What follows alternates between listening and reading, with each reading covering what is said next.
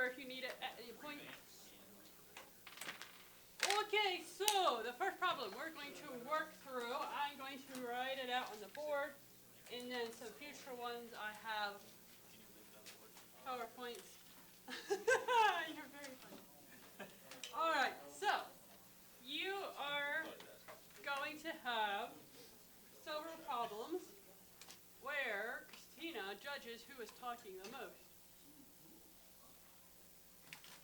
I should. So it may say something like this. It will give you the information that our empty weight is 2,100 pounds. 2,100 pounds.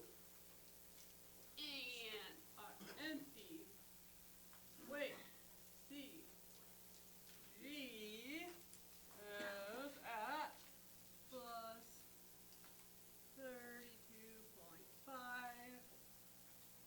inches. And this aircraft has been altered. What have we done? This is what we have done. We have taken 2 seats and they weigh 18 pounds each at 73 inches. And that has been removed. So we removed 2 seats. And we added some structural modifications of 17 pounds. And that is at 77 inches. And then we installed a seat and safety belt. I'm going to put safety belt. We added. And those are 25 pounds each. And at station 74.5. And then we did a radio that we installed, 35 pounds, and at 95 inches.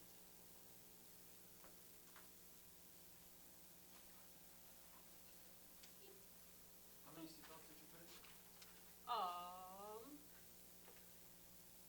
Just one. Okay. So, what would you do to start this working this whole thing? Grab it up. Make the chart with item, weight of the item, arm of the item, moment of the item. The radio is in the tail of the aircraft. And could you lean outside a little bit and change the channel speeds?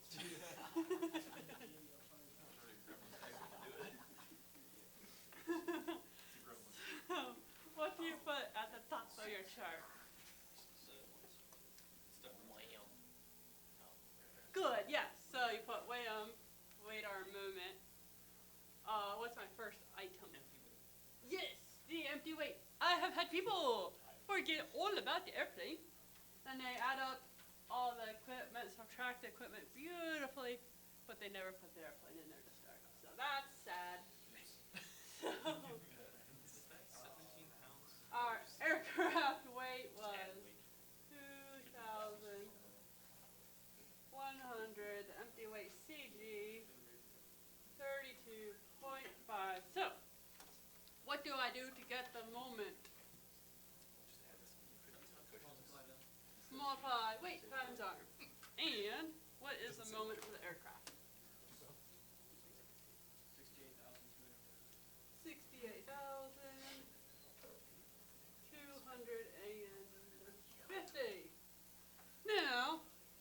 go in order. So our seats, and we have 2 of them. So, what number is going to go here? 36.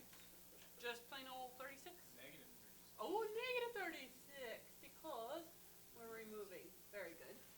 And then my arm, which is 73, will go here, since I'm doing it on here. I'm going to keep all my columns nice and straight, so I'm going to go ahead and put 0.0. What is my moment?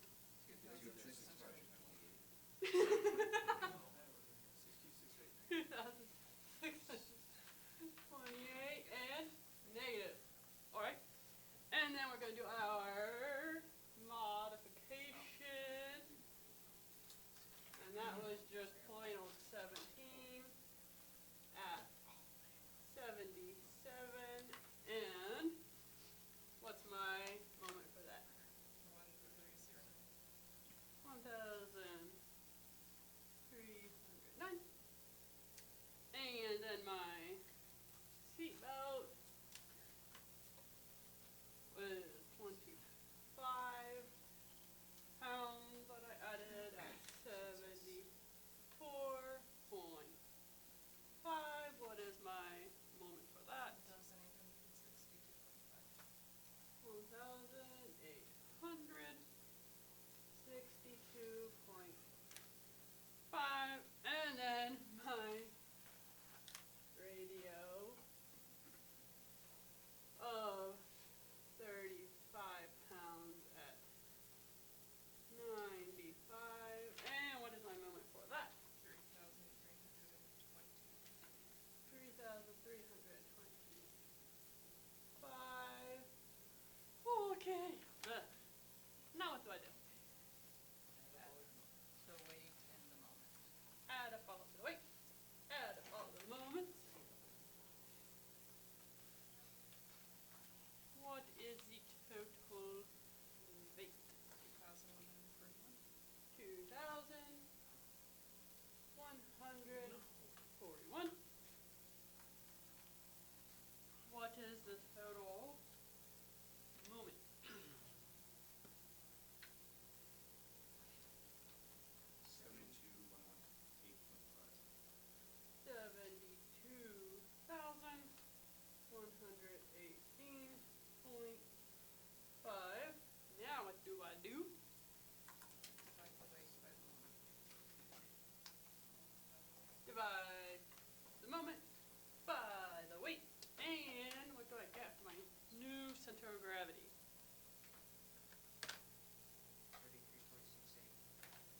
33.68 is my new center of gravity for the aircraft. New empty weight 2,141. Questions on that? You also, there's a question, like why I chose what or what I put where. I think you are first. Technically speaking, what should be a pilot? This is just equipment added modifications, alterations. We are not loading this for flight. We're not doing a fore and aft check. This is just an empty weight, adding, removing equipment, calculating new empty weight rather than re-weighing the aircraft. What on 100?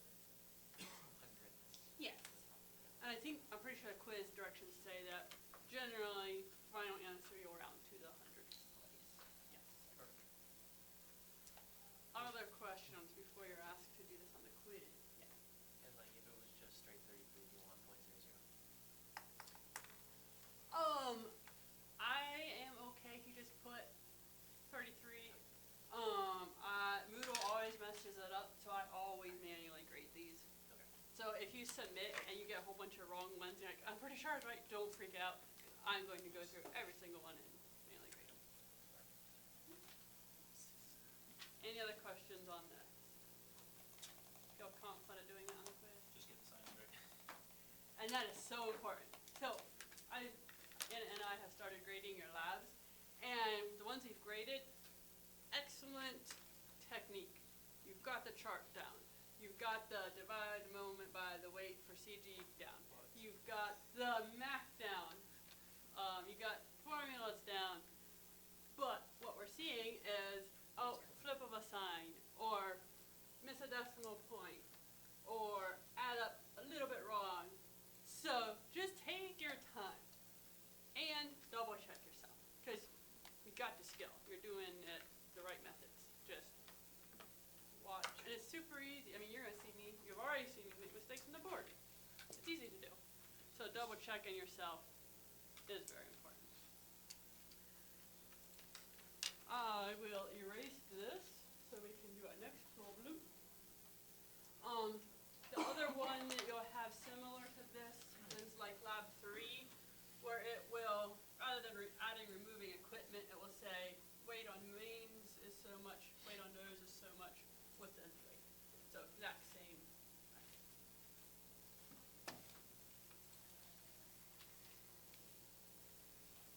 What if I had a little eraser on a die grinder? Not really. Right, this word. I would. I'm like, oh. You can make like a really deep board, that way you can just erase a little bit at a time. You can place the board like once a year. You could probably modify one of those polisher. Alright, good. Let's try it at a low speed. Alright. Boom, boom. Here we go. There's our question. So, our question says, an aircraft as loaded weighs 4,954 pounds at a CG of 30.5 inches. The CG range is 32 inches to 42.1. Uh-oh. Find the minimum weight of the ballast necessary to bring the CG within the limits, within the CG range. The ballast arm is 162 inches. So, I already have it up here, but we see ballast, we see CG 30 out of range of 32, so that gives us a clue, oh, this is a ballast problem. So I'm going to use the ballast formula, which I will give you for the quiz. You'll have a question very similar to this. So, with this formula, what number is going to go first? 4954.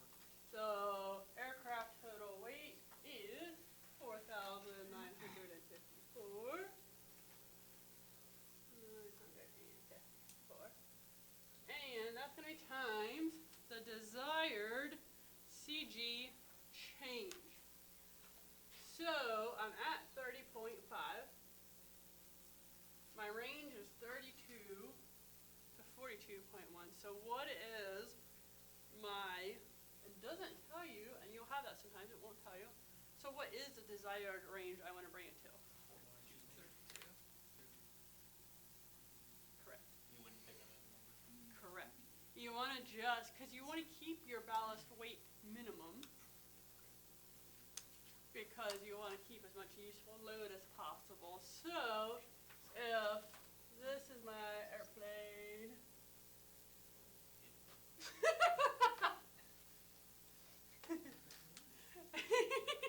It's a motorcycle. my CG is there. So here is 32 and here is 42.1. And right now my CG is landing like about in there.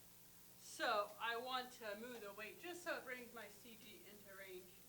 If I try to bring it the whole way back to here, I'm going to have to add unnecessary weight. So when you see a range like that and you're given a CG outside of range, just whatever number is closest to it. That's what you're going for.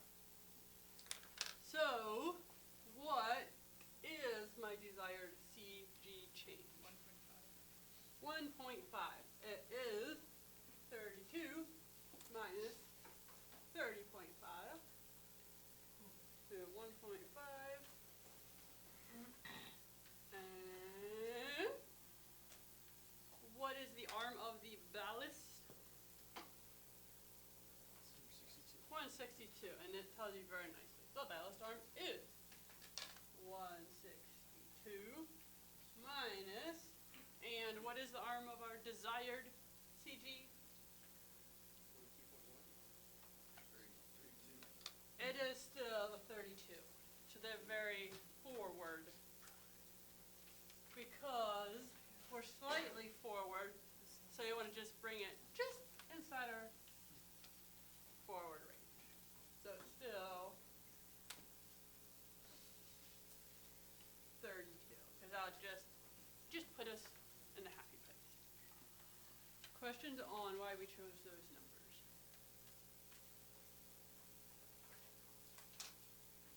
And then you can work the problem in your calculator. 4,954 times 1.5, hit equals, and then divide by, put in parentheses, 162 minus 32, hit the equal sign, and what do you get? 57.16. 57.16.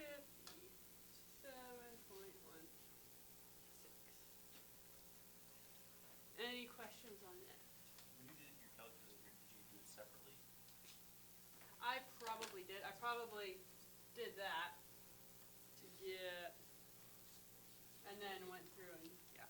Gives me, Or you could put this in parentheses in your calculator.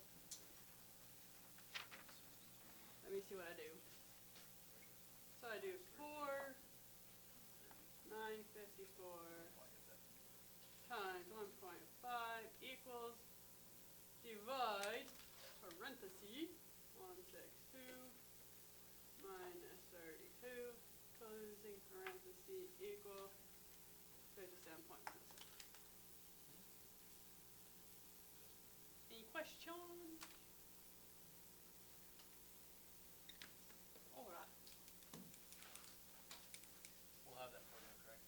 Yes, you will have that formula for my tests and quizzes. Not on the written, Not right. but I know. One of those you memorize. Here's a curious one that I'd like to give you that will, a similar one, different numbers will be on the quiz. 2 boxes, which weigh 15 pounds and 8 pounds, are placed in the airplane so that their distance aft of the CG are 7 feet and 3 feet respectively. How far forward of the CG should a third box, weighing 12 pounds, be placed so that the CG will not change? Is this a very practical problem? Sure. Maybe, but normally you load up the aircraft, running numbers, and then you're like, yep, we're in, or, oh, no, we need to change. But they love to ask it. So here is a key that helps me. If it helps you, great. If it does not help you, you can forget about it. But since we are talking about distance forward and aft of a CG, what is a term that you can use to think of the CG as? A fulcrum. So I like to set this up as a good old-fashioned lever problem. And they say, so read these in order they come. So our 15-pound box is going to be 7 feet away. So like, here is our 15-pound box at 7 feet. This is all in feet. Normally on an aircraft, what is our arm in? Inches. It is in inches. So you don't want us to convert to. Not this one because the answer, yeah, it doesn't specify, put it in inches. Everything's in feet, so just keep it in feet. since it's more of a physics theoretical problem.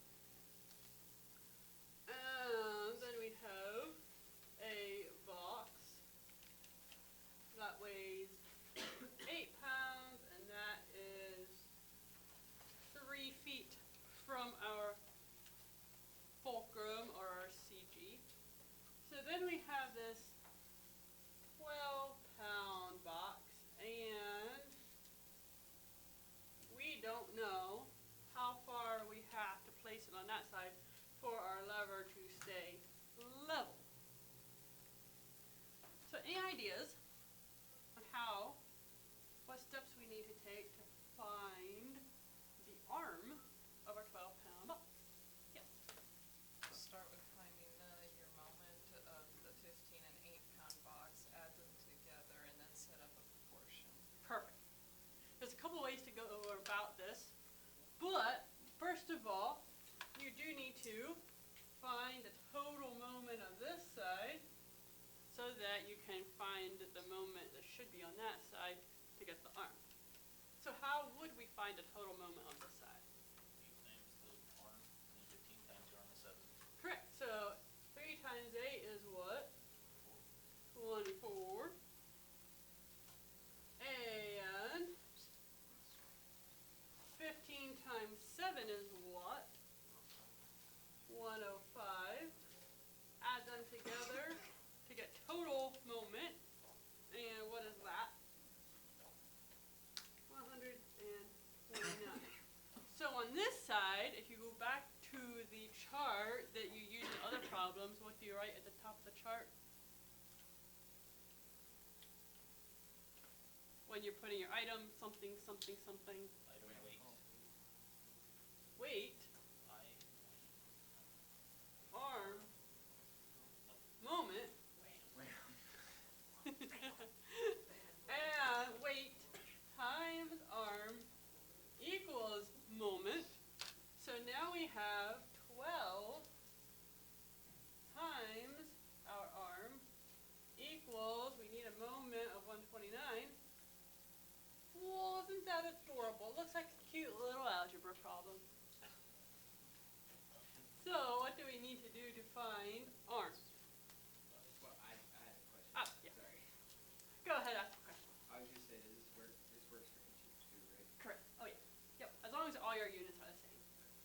Yep. Yes. Just divide 129 by 12. Exactly. So divide this side by 12, divide that side by 12, and your arm will equal what? 10.75.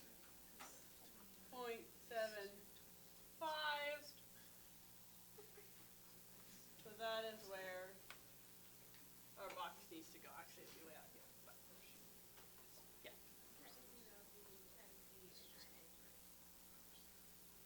Correct.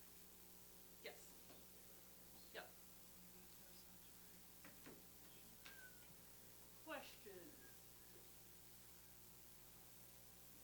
So just get your total moment for the one side. Remember, weight times arm equals moment. And divide moment by weight to get your arm. Questions?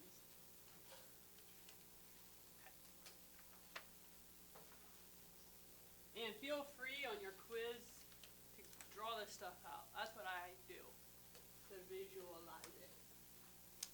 Draw my little lever, draw my funny little airplanes.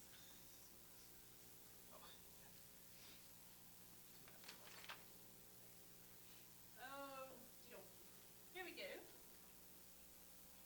You have a slightly different worded problem, but very same concept. So we got a 300-pound pig. That applies 3,600 inch-pounds to a reference axis.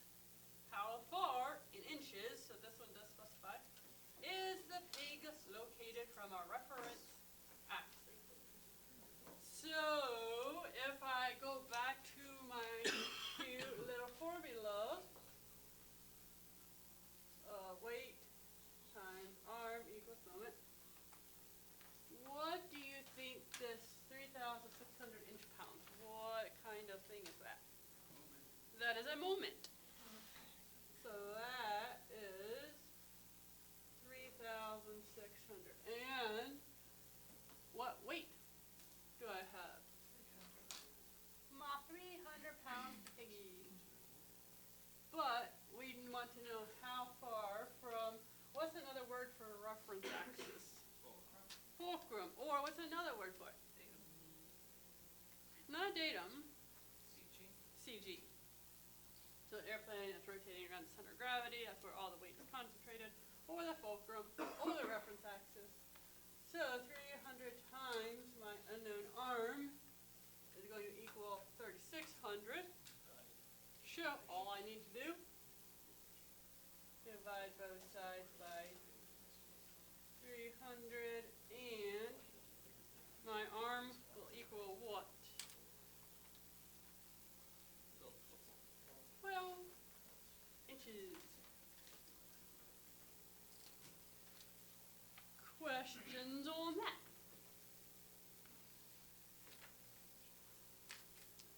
That is all the questions I have to officially go over. Any other questions from you before I open the quiz?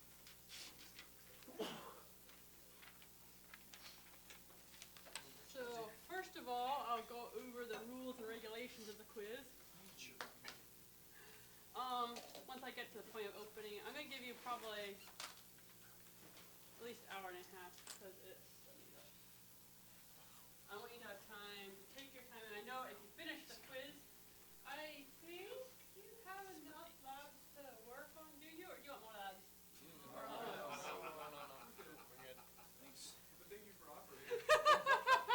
Yeah, I mean, I'm here. I'm very generous. I'm so generous. So it is closed book, so everyone, close your computers, papers away. Oh, actually, no, not close your computer. So sorry. It's a Moodle. It's a Moodle. Okay. It used to be paper. I slipped with mine. I'm hopefully not getting dementia yet. All right. So I will give you the paper that you'll use for the quiz. So you can put all your papers away and your books away. Just a few notes. Just a few honest. Papers away. My mouse is dead. Look at it. I don't want it. Gave up. Oh no. Oh, he's alive. Oh, he's alive. Okay. Oh. Okay. All your own papers away, I'll give you. Just throw them away. So you can use it. There's plenty of opportunity later. What? How do I know if you wrote consistently? Oh, yeah. Like lemon juice. Yeah. I was working on Excuse it. yourself. And I see you holding a little flame. She must be cold. Hey, I wouldn't be surprised if she. Oh, wow. 5, 6. Okay, yeah. Nope. I'm gonna write them on the board as you guys get started. All right. Whoa, we lost them. So I'm gonna hand out just blank old regular old sheets of paper. You must show your work for every question. If you only give an answer and it happens to be right, you don't get credit unless you show your work. So, must show your work. And take your time. Double check yourself. Make sure you put your name on your paper, or else I won't know who's this. So as soon as I hand these out, put your name on the paper. If you need more paper, feel free to come up and grab a clean white sheet. We got plenty. The trees are sacrificing themselves for your learning.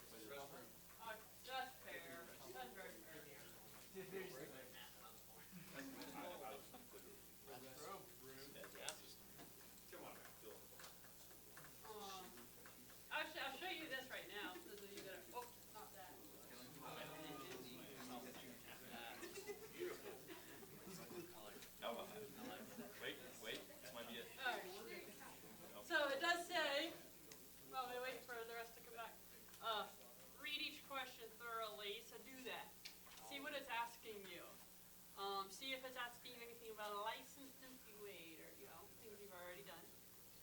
Answer all the questions. We've had that happen. The short answer, round all questions to 100th place. So if you're wondering where you can, so since it says this in the directions, I'm gonna say go ahead, and if it's 0, just put 0.00. But I'm gonna look at every single one, so if it marks you wrong, you think you're right, it's okay, I'm gonna check it. And it is closed, but I shall open it, and then I will write the formula on the board that you need for the quiz. So if you think you need a formula that's not on the board, probably are thinking about it wrong. I need 12, 18.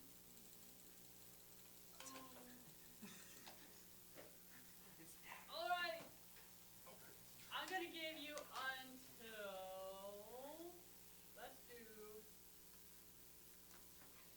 1:30 for sure, and I can extend that if needed. So for right now, I'll give you until 1:30. Just if you leave after you finish the quiz, you can check back in at 1:30 and see if I'm giving more time.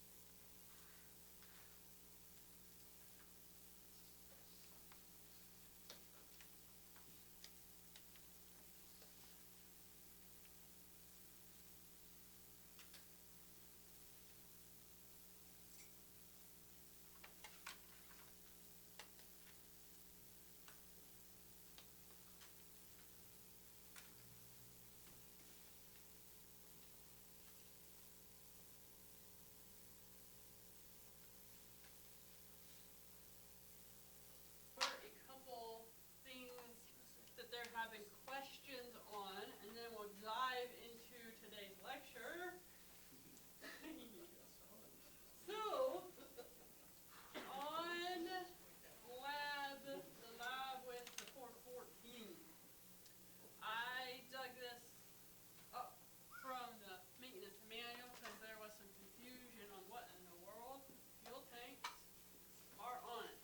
So the note in the lab said the tip tanks are actually the main tanks where you need minimum fuel. Minimum fuel would be, how would you calculate that? Horsepower divided by 2. Yep, just METO divided by 2. It's nothing tricky, nothing tricky. You have to try to find special for the 414. just METO divided by 2 does have to be in the tip tanks. Yes. Per engine, right? I believe I just did it METO divided by 2, and that is divided between the engines. I think that's how I calculated it. I would take either way. I will take either way. Okay, because 'Cause it can get I submitted confusing. a lab where it was minimum fuel per engine. And that works, yep. Yes.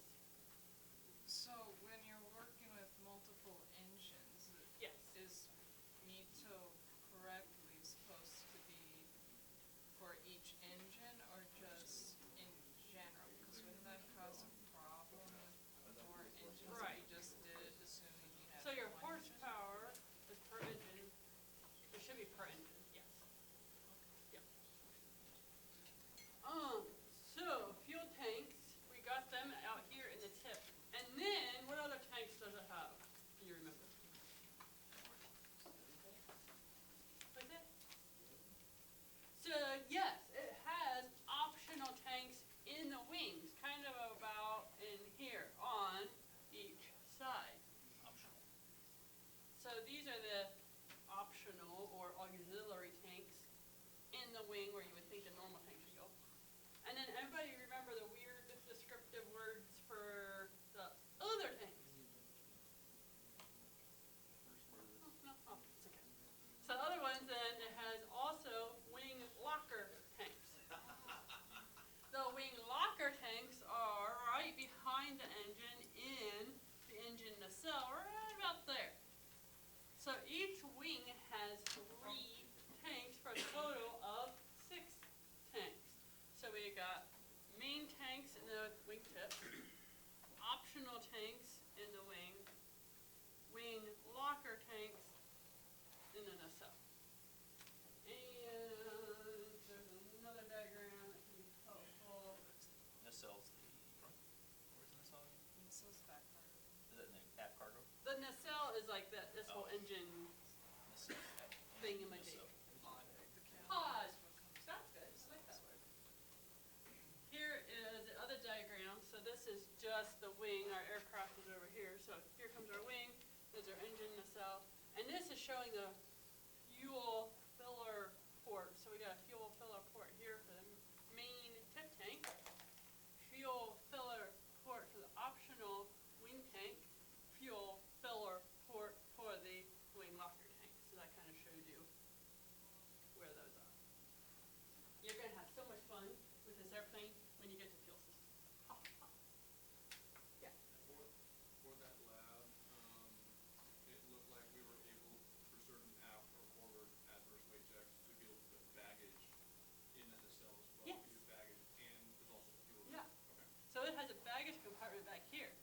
So I got engine hanging out here, fuel tank here, baggage back there. They're like really utilizing that space. Yeah. Any other questions? What lab are you talking about? This is the fore and aft checks lab 7. Lab 7. You want a super quick fun fact about the 414 fuel system? All right. You're going to dive into this later, but here's your fun-free tidbit. So our engine's over here, right? And our main tank's way out here. So weird. So we have pumps that pump the fuel the whole way to the engine. Guess what happens if you put fuel in this tank? Do you think it goes right next to the engine? Do you think it goes right to the engine? Because the No, we go whee to this one, pump, whee to the engine. Does that make logic? Of course. You have a battery. use Points it. of failure. So, there's 6 tanks, and one of them is 100-gallon capacity, right? Read it carefully because for some of the tanks it will say 25 each. Other tanks it will say 100 total because they might each have 50 in. It doesn't specify. It should. If it doesn't say each, it is total. Yeah. Does the fuel ever cross the fuselage to the other engine? Oh yeah, you do cross. Yep. You can take this tank and go Just like that. Just like that. Noises included. All right. Any questions? Any more questions on the 414 fuel system? Okay. Also, I'm going to request something of you. For sanity of Anna and me, I'm going to request that you don't reattempt these calculation labs because it's going to take us hours of time to grade them anyway. And with that being said, I should have just up front said I won't allow any reattempt. Because this is like you working on an aircraft. So once you do the weight and balance and submit that, the aircraft's going to fly with your calculations. So if they're wrong, people could die. So before you submit it and say that airplane's going to fly, just double check your work. So that's good practice. So no reattempt, unless obviously if you get less than 70, for sure we're going to let you reattempt that. But if you get 70 or above, we're going to say what you got. Yeah. Can you have someone else check the work? That's a very good question. Yes, you can check with each other as long as you're understanding what you did wrong. For your labs, I will allow that. Yeah, as long as you're doing your own work and then double checking. Yeah, thank you for asking that.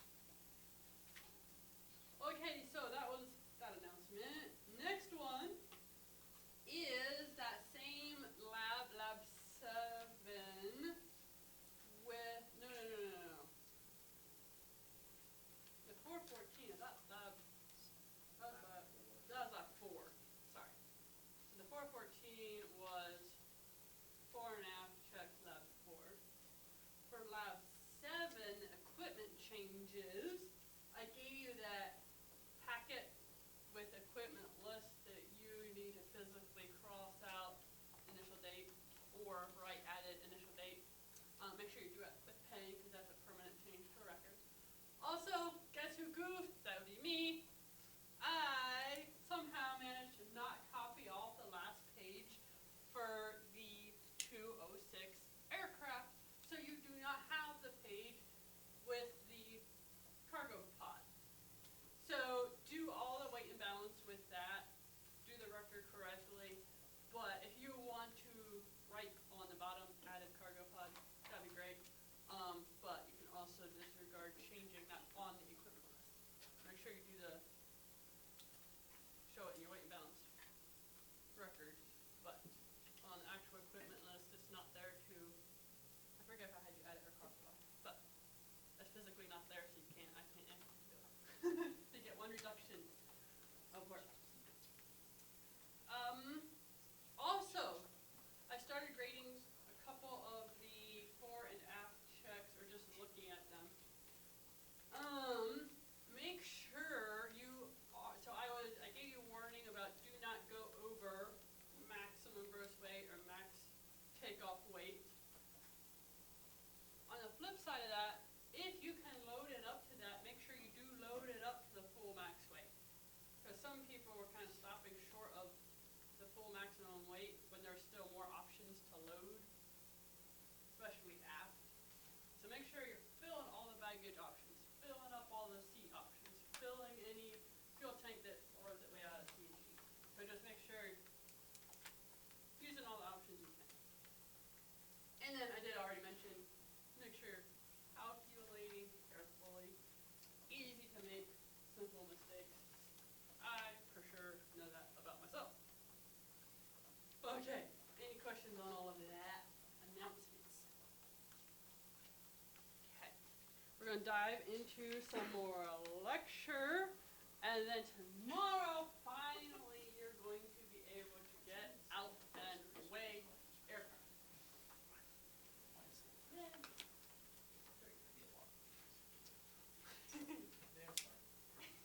That's fine.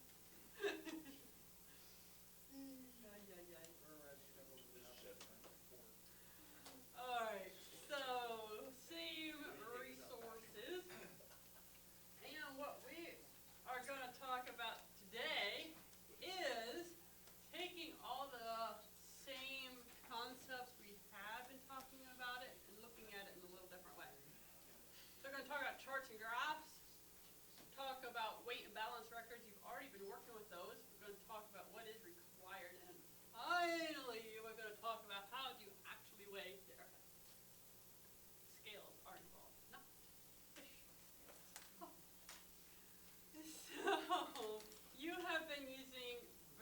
charts of weight, arm movement to calculate total moment, total weight, and get your center of gravity. They also have charts and graphs they have developed that you can input that same information, and it's a whole lot less math that you have to do. Now on your writtens, you will be given graphs to use. You will also be asked to do the chart method. So be fluent in both methods. But here is a nice little center of gravity envelope. I had already talked about that. This is showing moment maybe, or CG. Other side. Anyway, as weight increases, we'll have tighter limits. And you'll find them, this one's in a PCDS, so that's kind of interesting. Much more common in POH or AFM, Aircraft Flight Manual. Maybe in a maintenance manual, not very often would you find that there.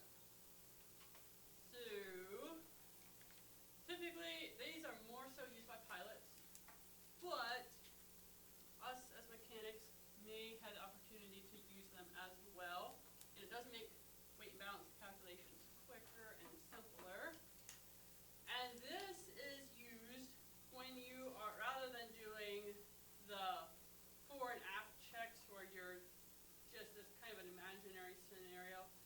This is when you're getting an aircraft ready for flight, you're loading it with actual cargo, actual passengers, going to send it on its way. It's not theoretical.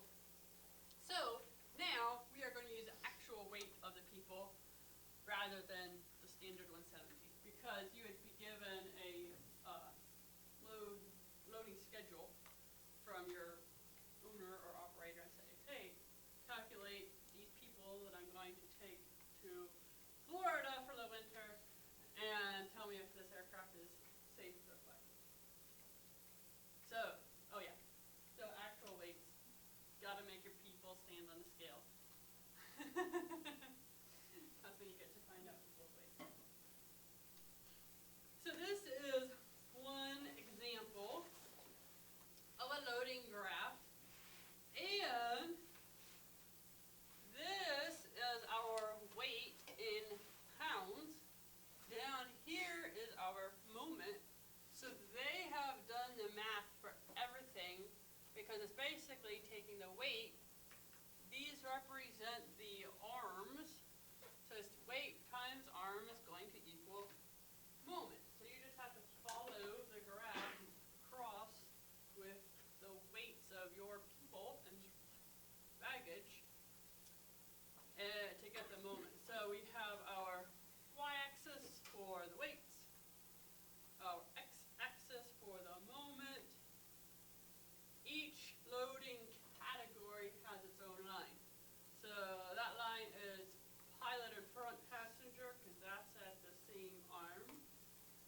Our fuel, our rear passengers, and then baggage, or we can put baggage back there or passengers on a seat in a maximum of 120 pounds of baggage. So each one of these lines stops at whatever weight it is limited at. So the fuel stops, it can't have more than 38 gallons, that's as much as it holds. So that stops at whatever weight that weighs. And the baggage stops at 120 pounds. And here is probably a max weight for those areas. And on this side, each little line is going to be 10 pounds. So we have 50 here, 60, 70, 80, 90, 100. So when you get a graph like this, just look at it and figure out what those increments are. Across the bottom is our moment, and you do have to note each moment is, you would multiply by 1,000 to get it. So this is actually 5,000, 10,000, so on. They just don't want to write out the 1,000 and take up a lot of space. So each of these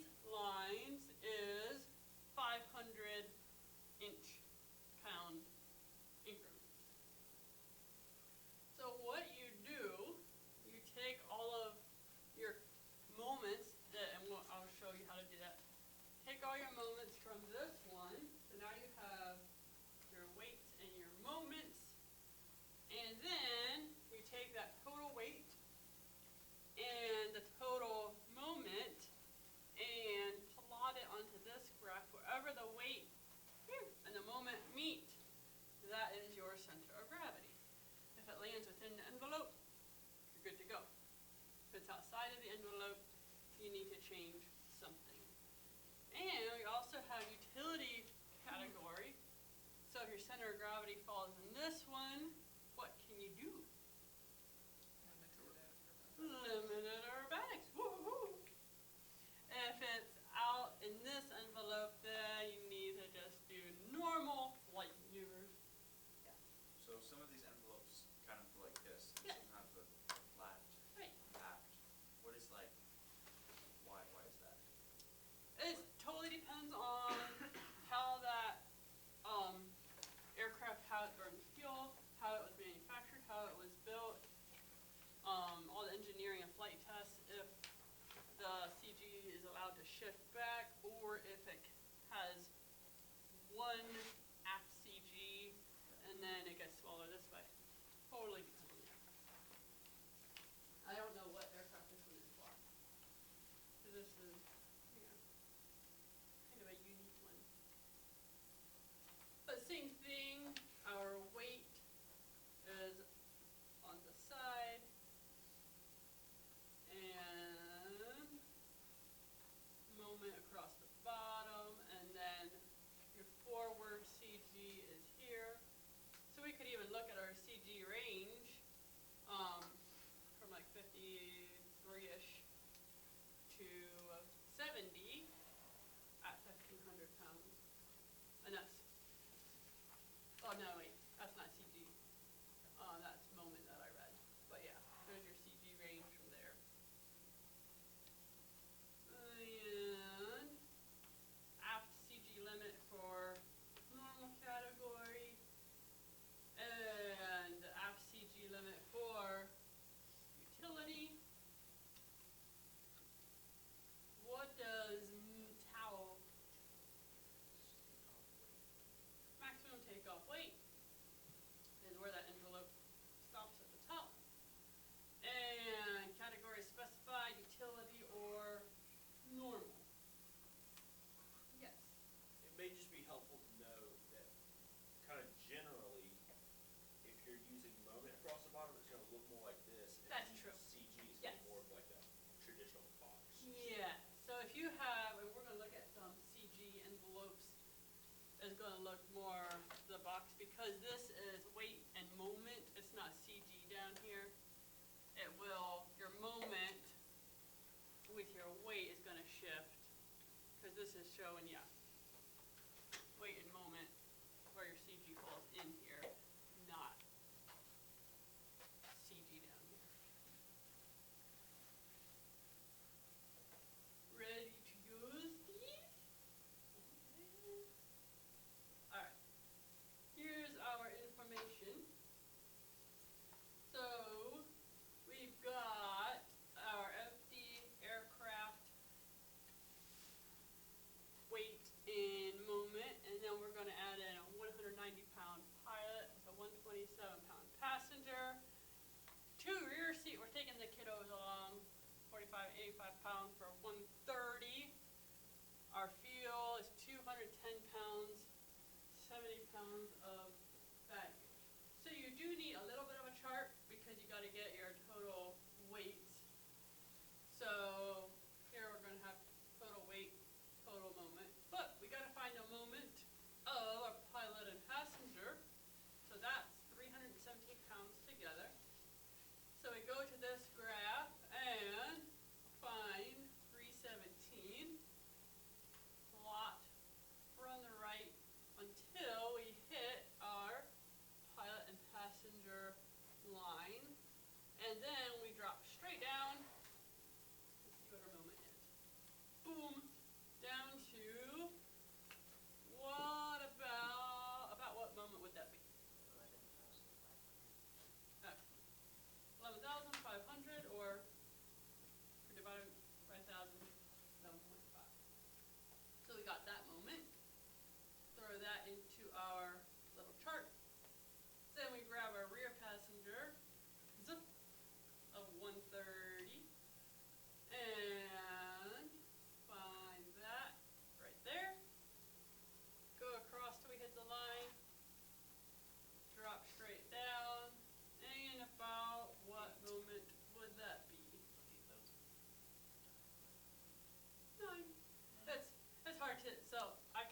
the up here, but, Oh, I was counting line for line. yeah. Yeah. So 9,000 on 9.0. Throw that on there. Fuel 210. So we go up one there, cross till we hit our fuel, drop straight down, right on 10. Boom. Throw that into our chart. Baggage. Fine. 70. Right there. Go until we hit our baggage. Drop straight down, and what kind of moment is that? Hi, you're 7. Question. I'm kind of flying through this. Question. Any questions on how to use this chart?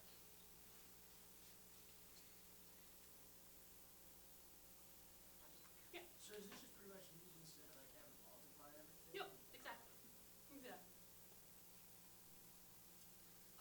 And then we total up our weight and total up our moment. Now we can go to the next chart and take total weight and total moment. Now, do you think you could divide that super fast, grab the CG? Oh yeah. But if you like to trick your eyeballs, you can. Oh, the next one is a graph. You can use a graph. So take that data from your worksheet, graph it on the CG envelope, and your pilot can tell if it's in safe operating limits, if it needs to have loading configuration changed, and if they can do limited aerobatic. So, our 2157, and we would take our moment at the bottom, but we're going to go across there. Moment up from the bottom at 92.5, and whoo, they land within the envelope. So are we safe for flight? Absolutely. Can I do limited aerobatics? No. Well, we're safe for normal flight. So, CG was within limits. Loading configuration does not need to be changed. We do have to fly in normal category. This is a very important caution. So there's little boxes and those fuzzy little lines. They're very small, and it's super easy if you're going across to get off by a box. So it's very easy to get off a little bit by pounds or moments when you're graphing out that data. So if you get your testing supplement when you go for your written test and it has these graphs in it that you have to use, I think they give you a pencil. So just use that pencil and like lay it on there so you keep your eyeballs on the straight line. On the straight and narrow. Here is a center of gravity envelope like Joe was talking about. So here, instead of moment on the bottom, is center of gravity in inches from the datum. So you can see and still weight on the side. At 1,600 pounds, we have a range from 93 to 103.5 in normal category. And then it's smaller for utility, and then even smaller for, oh yeah, acrobatic. I don't know what the airplane is for either, but just to show you, you could have 3 different envelopes if it's aerobatic. Yeah. Is it aerobatic or acrobatic? I think it's aerobatic. I agree. Thank you. Satavria. Yes, Satavria. What's the dashed line? 22, I don't know, it doesn't give us that information. That could be a STC add-on. That's true. That is very true. Could have been an STC.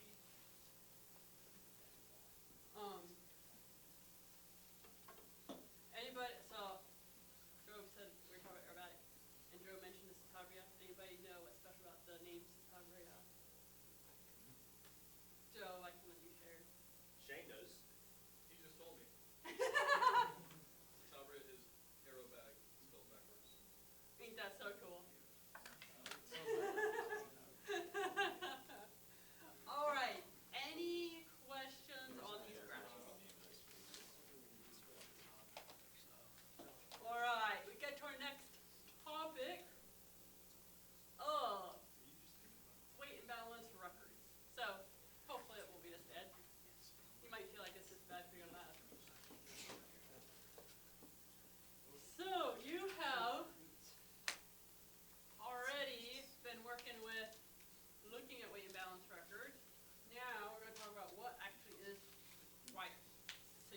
look at it and say, is this legal or is it not?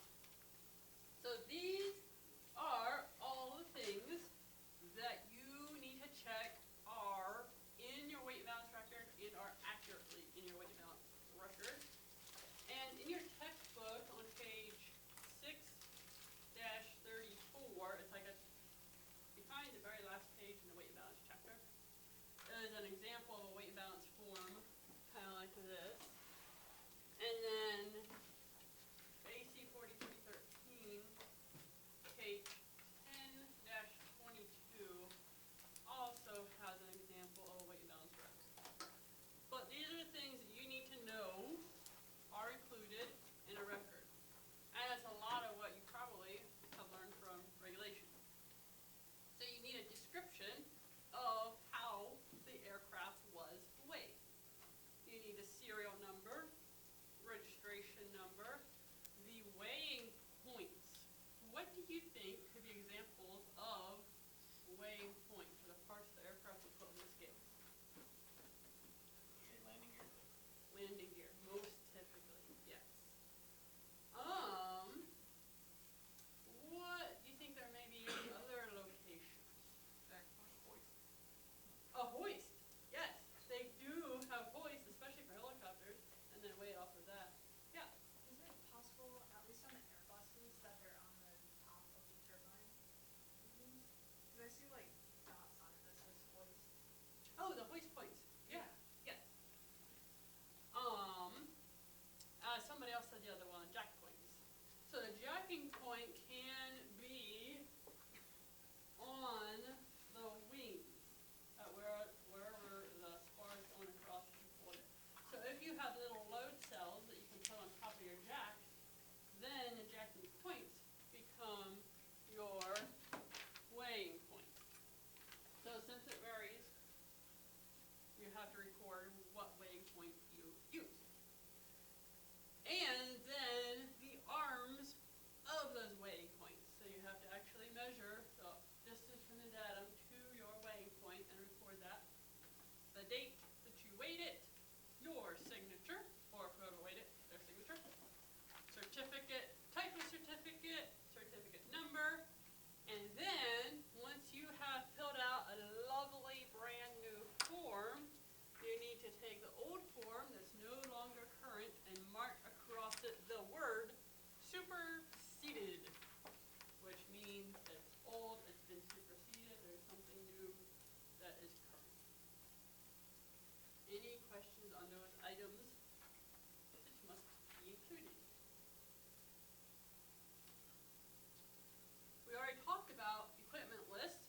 Whenever you update weight and balance, when you're doing alterations or repairs or additions, not repairs so much, alterations of equipment, you need to revise it whenever it's changed, and it needs to match the weight and balance record. And then your logbook entry, this will go into airframe logbook, you're wearing the whole aircraft. Very important that you have weight and balance revised, or updated weight and balance. Must be part of the logbook. This was in here, but is the date already part of the logbook? Yes. So you already had the date in there, so you don't have to put it additionally. Unless the day that you revised the weight and balance record is different from the day you signed the logbook, which it shouldn't be.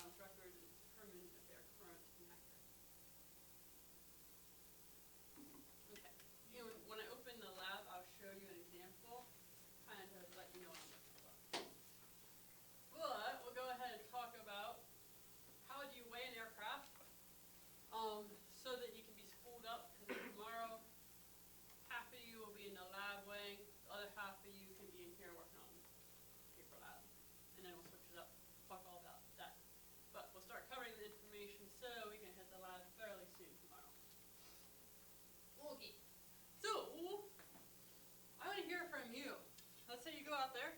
Here's an airplane sitting, so it needs to be weighed. Where would you start? Get a photo.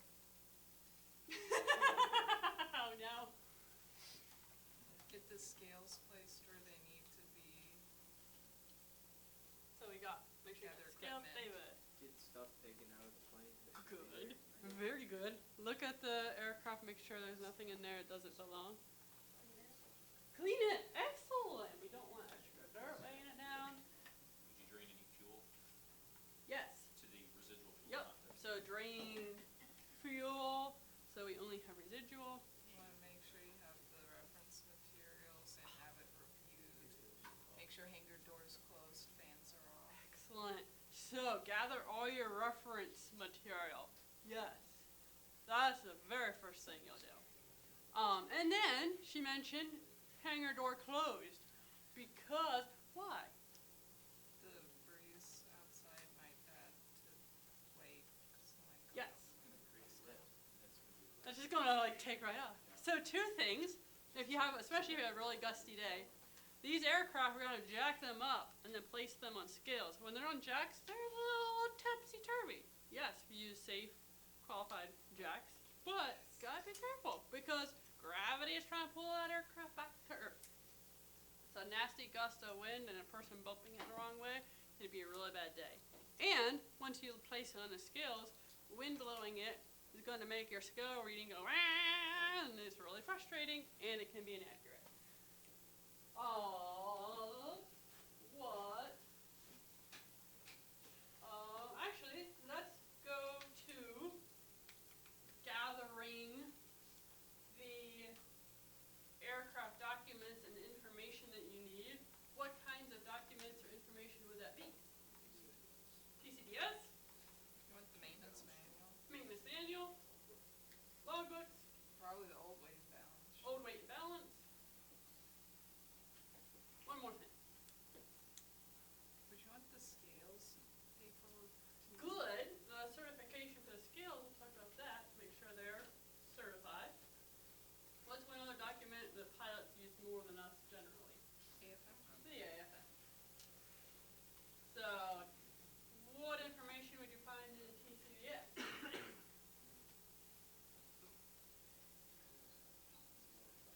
Empty weight?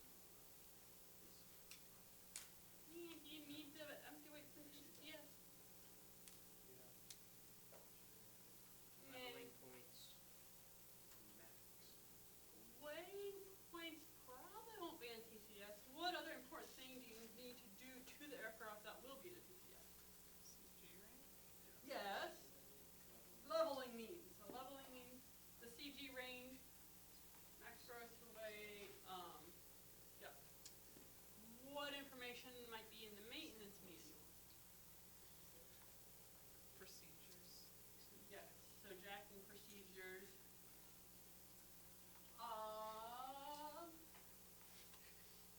So yeah, you need, well, aircraft data, what you get, jacking information. Where would the datum location be? Which of those? I mean, you can find the TCS. TCDs. Yep. Then, get yourself a little cart and start gathering your equipment. So, scales, they can be, and they're gonna ask you questions on this, it's kinda funny. Mechanical or electronic unload cell. So this is an example of a mechanical scale. Anybody old enough that they ever, when they went to the doctor, they used that kind of scale? Okay, good. Good. I mean, not good that you're old like me, but you know. Get an airplane over You had good life experience. So mechanical scales can be balance beam, like this, or spring type, like old bathroom scales, where you step on it goes. Do you think, especially after Thanksgiving, do you think mechanical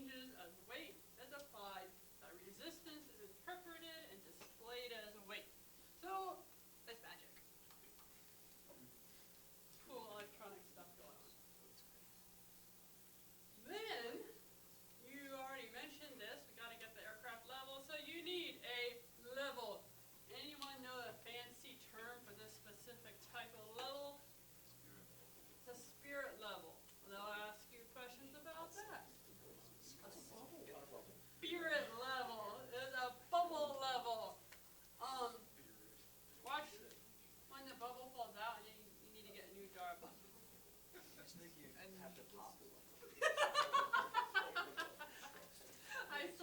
I saw the meme of a jar of level bubbles, and I was like, I need that. That's very funny. Hey, rookie, go get me the jar of level bubbles. So then we're gonna have when we level the aircraft, even if what is a way to help get it level? Because they're gonna sit nose high. So what could we do to get that level?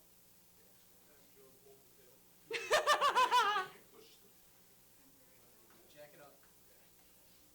Maybe a balance. So yeah, I could jack it up. What if your jacks are only on or you can only put your scales under the wheels, and you don't have load cells to place in the jacks. So you gotta get that tail wheel. Make some sort of a platform. Yes. So some sort of platform. Even before that, let's say we have a tricycle gear sitting like a little bit like that. Okay, that's hard to do. What could we do to the nose to make it go? Let air out of the tube. Yes. So we can deflate our nose tire and deflate our nose strut. And make sure your main gear are fully inflated. And then you may need to add blocks and cribbing to get it level. Some other things you'll need is a plumb bob, not a special fruit with the name of Bob. Go get it later if you did. So it's this weight with a very pointy bottom, and then held by a string. So if you want to get an exact point where the center of your wheel is, you drop Plumb Bob, from the wheel, and he'll hang down and boop, put his point on the floor, so you can measure your arms. You're going to have to take the center points of all your waypoints, so like your main gear, center points, and on the floor, you're going to mark with chalk line your distance to the datum, which you're going to also mark with chalk line. And I have a video that's going to show you how to do a bunch of that stuff. Why does that have to be blue? Mainly because that's what it comes as. There is red. I think blue is easier to clean up, because I think we had red one year. Red is used for concrete. There we go. Blue is easier to clean up, whatever it's made. So, if you have an aircraft, and the datum is 34 inches ahead of the leading edge of the wing. So I take this and I drop Plumb Bob from the leading edge of the wing, mark it on the floor, and then I need to take a carpenter square to square off between those points, drop, measure my lines out 34 inches, use a square to make a line exactly straight with the aircraft. So then from that datum line, I can measure back to my main gear weighing point. And you're going to see how all this works on the video. They say it's like a certain amount of distance in front of the leading edge. Do they mean in its regular configuration or perfectly level? Level. Everything is always measured level. So you had to get your aircraft level, and then, now, have there been students in the past that try to rush through weighing their aircraft, and they sweep the floor, because I tell them sweep the floor because you don't want dirt to mess up your chalk lines, and they sweep the floor and they get all their equipment, and they drop the chalk lines, and they get their measurements, they're doing their math, they're rushing through it, and I say, so what measurements did you get? Oh, I got this and this and this. And what configuration was your aircraft? The aircraft's sitting there nose high. And you're like, so make sure you get it level doing good on time, I'll let you make more mistakes. If we're tight on time, I'll call you out on your mistakes. Safe mistakes. Learning opportunities. Masking tape you can also use to mark measurements and things that you need that you don't want to move right away. And of course, measuring tape. Don't worry, you don't have to be memorizing this, just be aware of it because I will give you a checklist when you go out to weigh the aircraft. Jacks, it is very, very important that you are very familiar with the use of your jack. Yeah.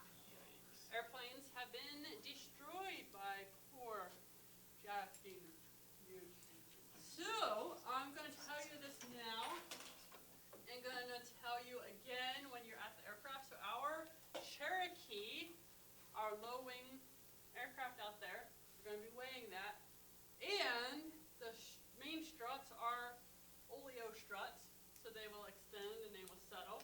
So you can slide the jacks under and jack it up, let it go down on the scales. As you set it down, the struts don't settle right away. They stay fairly extended. So you gently press down on top, try to get those to settle. Very likely they won't settle all the way. So when you go to remove the jacks, get that jack down, out, as fast as you can. And then let the aircraft settle the rest of the way. Because if you just are like, oh yeah, we're ready to weigh this, and you move the jack just a little bit to the side, and then somebody's like, oh, what's that over there? And leans on the wing of the aircraft and boosh! Jack goes doing, and the wing goes like that. And so do the mechanics have to fix it. Exactly, and then I go, ooh, shit, that took glass. Oh. So, be very careful. Also, some aircraft will need a tail stand. So, you'll do the research, look at the maintenance manual, see what's required.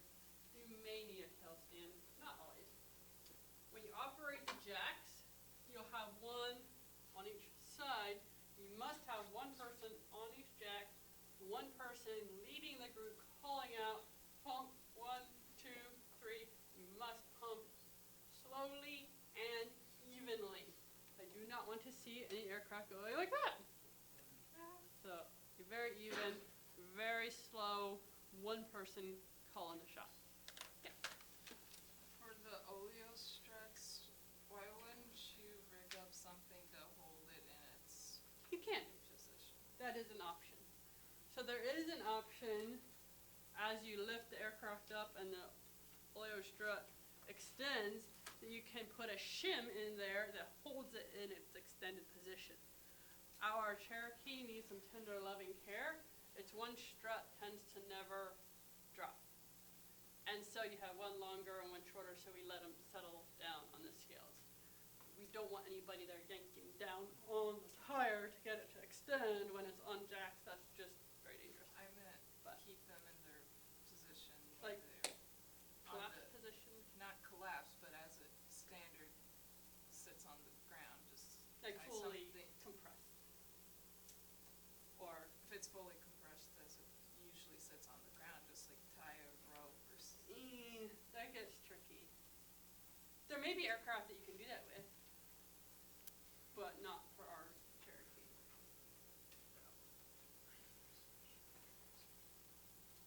Oh, right. Then, someone had mentioned you're going to want to check the aircraft, go through every baggage compartment, look under the seats, up under the rudder pedals, make sure there's nothing, no little screwdrivers, flashlights left behind, nobody's little pet ferret hiding out in a seat. Look at it, clean it. So, that's what the good news is about, so you do need to wash and clean the aircraft before you weigh it. Guess what aircraft we had you guys wash and clean? Hey, so for our scenario, I will consider the 182 and Cherokee already washed. Now, do a visual look to make sure it's not no little birds built any nests while it was between the immersion and this class. So look for obvious stuff, but you do not have to rewash it. So you would wash, inspect, make sure fluids are appropriate. Now, when you're doing this for an airworthy aircraft, what will you do to the fuel? Drain it. Drain it off. What will you do to engine oil for basic empty weight? Make sure it's topped off to full. What about hydraulic fluids? Make sure it's appropriate, it's full. What about lavatory fluid? Empty. What about the coffee container? What? Empty it? You're so mean. Empty it into your cup. Empty it into your cup. I like that. And then make sure you have. So that's what you need to do for airworthy aircraft. For our scenario, just to keep things simpler and safer for all of us, you're just leave fluids as is. Learn from the experience and see what it does to your weight and balance. But we'll just leave them as is because some need fuel and it'll be a pain to try to drain. Take a lot of time. So ours, we will leave it as is and assume that it's empty. You don't have to try to dip the tank and calculate.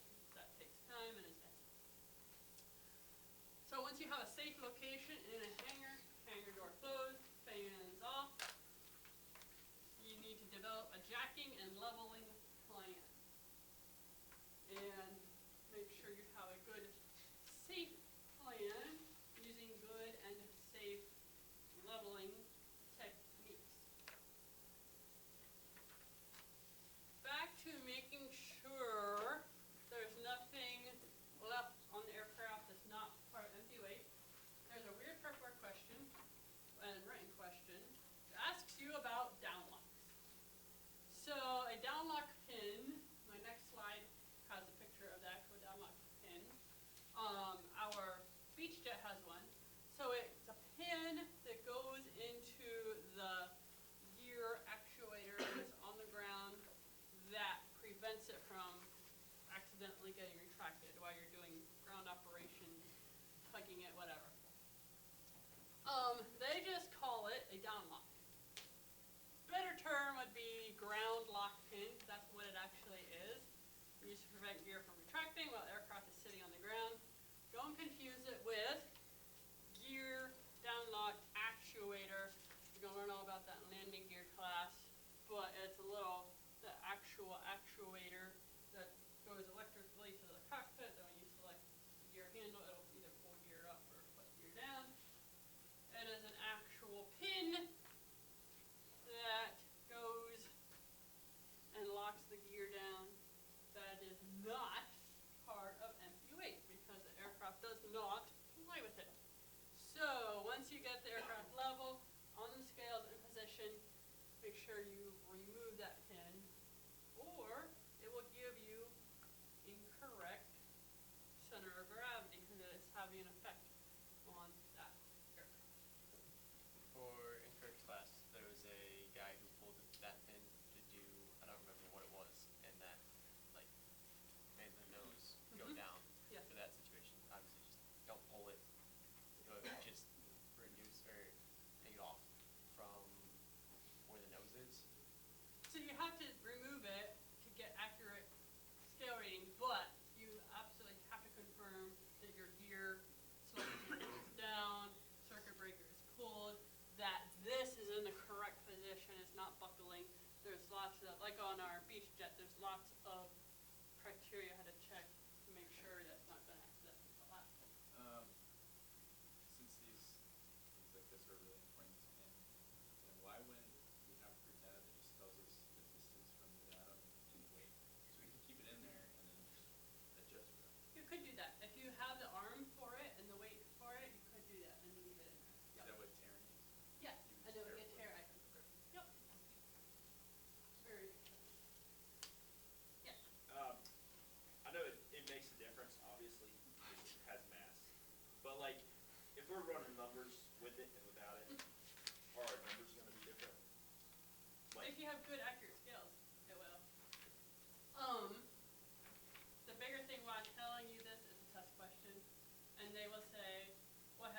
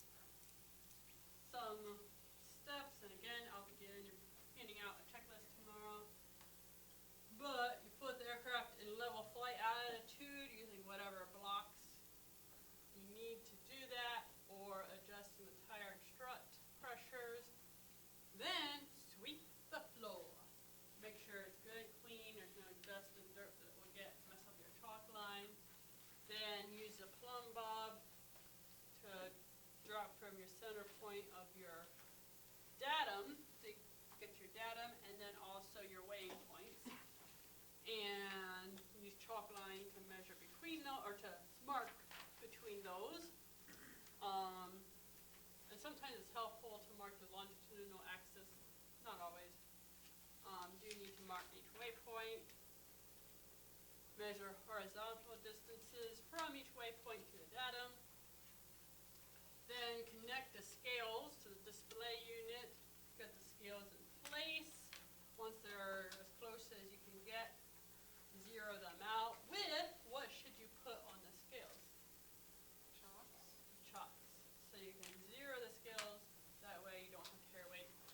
Then you'll jack the aircraft up, place it on the scales in level flight attitude, and after you get all the scale readings, and make sure right is right, left is left, and nose is nose, then remove it from the scales, put things back, reinflate tires, reinflate strut. And then, once everything is all back and happy, you get to take all the numbers from the scales in your arms and do the calculations, get your total weight, total moment, center of gravity, and then you can breathe a big sigh of relief. Question. Okay, I'm going to save my questions for tomorrow. That way they'll give us a little review. There's not too many. And then I have a video of an aircraft being weighed that'll give you a good overview of the whole process. You can see what it looks like. We'll do that tomorrow as well. But I'm going to open a lab so that lab 5, which is examining aircraft records, so that once I release you tomorrow, the ones that are in here will have opportunity to work on whatever they desire. So now we have red folders, getting ready for Christmas. It's a little early. It's not quite Thanksgiving. Oh, okay, I want lab 5 edit. Examine record, show, back.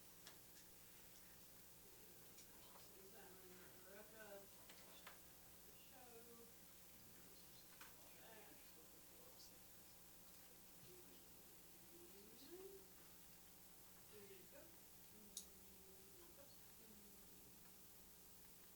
Oh my, I didn't give you a breakout. This one. So that you know, I'll open up the Way Aircraft Lab tomorrow, but then all we have left is the rotorcraft, which we'll talk about that next week in the shorter lecture. So I just opened up 5, and it says, examine and assign weight and balance records, determine if they are complete, accurate, and current. Fill out the form and answer the question. So, you're going to say, oh, this is record 1. So I come here, lab 5, aircraft 1, and look at the record in here, our weight and balance report. Record all of this information from the report. Some of it might not exist if the record's incomplete. So if it does not have a current CG, if you only find things that are superseded, you can put not applicable, just NA. And then you'll just answer with yes or no questions. Were old forms marked superseded? Was the logbook complete? So here, date and signature are talking about the weight and balance record, not the logbook. And certificate number. Was equipment list updated?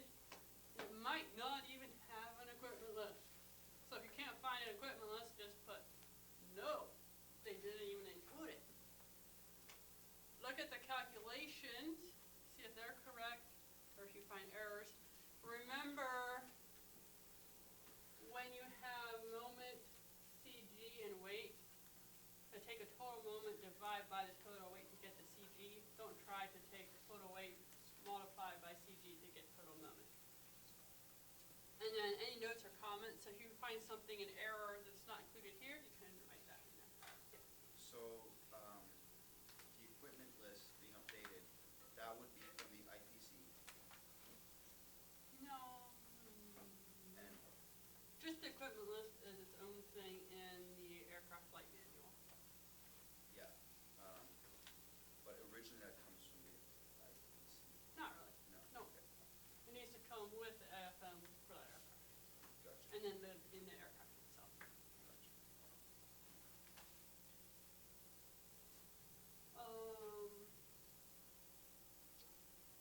And then there are questions 4 and 5. We can kind of answer these right now. What action should be taken if it is determined that the weight and balance records are not current?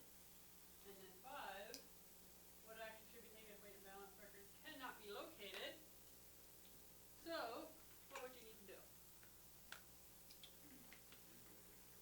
Reweigh the aircraft. Reweigh the aircraft. What would you need to do paperwork-wise? Get Create first a TCs. weight and balance.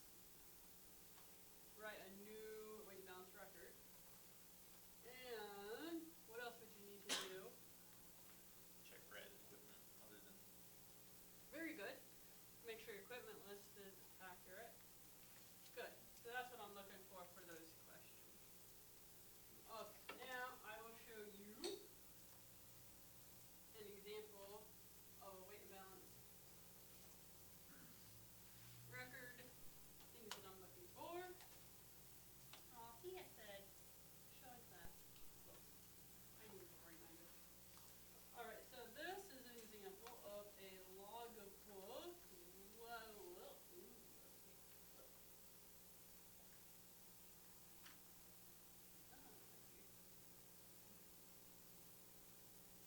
Oh, that's better. Alright, so we got there you go. We replaced the battery, that didn't do anything. Down here, removed wheels and tires, installed skis, and weight and balance, and equipment list revised. So you're looking to make sure if it's something that changes weight and balance, that is marked in the logbook. Brakes secured with safety wire. Cool. And then back here, so then you would need to make sure there is a weight and balance record for that. So indeed it is. We got weight, arms, moments, useful load, the new CG, signature, MP number, type of certificate. And you wrote this supersedes the old weight and balance. So, like that. And then you're looking for an equipment list, revision to equipment list. So he just made a new paper. He didn't want to add more ink to the old one. New paper as removed and installed. Yeah. And for something like that, if you're gonna be switching paint and tires each season, can you not supersede the last one and then, it becomes, Yes. So you can set it up like our Cessna 206. You can remove seats or put them in, depending what like configuration. let's, And that is, there are 2 weight and balance records. And so, I forget exactly how they do it. I think they just have one mass, like 2 massive lists, and you just cross off whichever you're not flying under. So like, oh, we're flying with all seats installed. And then cross it off, flying with no seats installed. And then you have to make new copies as that gets filled up. But yeah, makes it way easier. So yeah, looking for equipment list. This one, that's the old one. Here we go. So this one has been superseded. So they put superseded by, and the date that it was superseded. So if it's no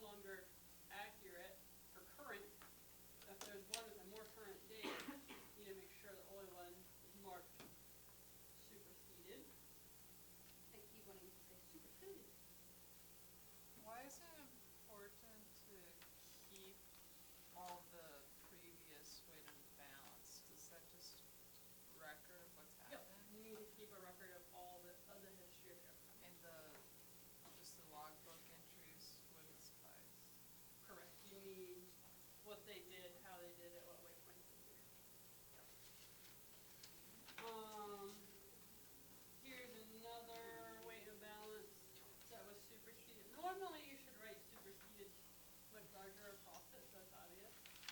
So I'm just going to take a look. I think that was mostly what I wanted to, there's just another report. Some of the things I was looking for. Any